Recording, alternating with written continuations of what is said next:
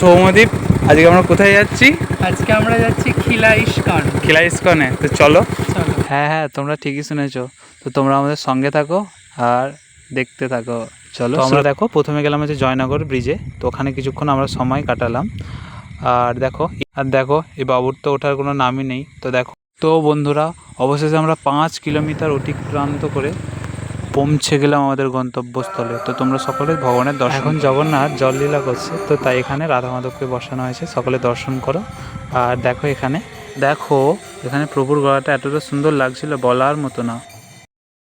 একটা পদ আছে না, কৃষ্ণ সে তোমার কৃষ্ণ দিতে পারো, ওহে বৈষ্ণব ঠাকুর তোমার তো শপথই আছে। তো দেখো তুলসী আরতি শুরু হয়ে গেছে, দর্শন করো সবাই। তো কিছু কিছু অনুভূতি বলেও বোঝানো যায় না, ঠিক সেরকমই আজকে আমরা খুব আনন্দ করেছি। আর সময়ের অভাব বশত আমরা অনেক ভিডিও করতেও পারিনি। তো তোমরা যেটুকু করেছি সেটুকুই দর্শন করো আর জানাও কীরকম হয়েছে। এই দেখো, তো আমাদের আরতি শুরু হয়ে গেছে। তো আমরা অনেক নৃত্য করেছি, অনেক অনেক অনেক আনন্দ করেছি। একটা কথা আছে না, কৃষ্ণ যখন আমাদের জীবনে আসে তখন আমাদের দুঃখ আস্তে আস্তে আস্তে দূর হতে থাকে, আমরা আরও আনন্দের দিকে যেতে থাকি। যেহেতু কৃষ্ণ আনন্দ স্বরূপ, সেই জন্য কৃষ্ণের সঙ্গে যুক্ত প্রতিটা জিনিসই আনন্দময় হয়ে ওঠে।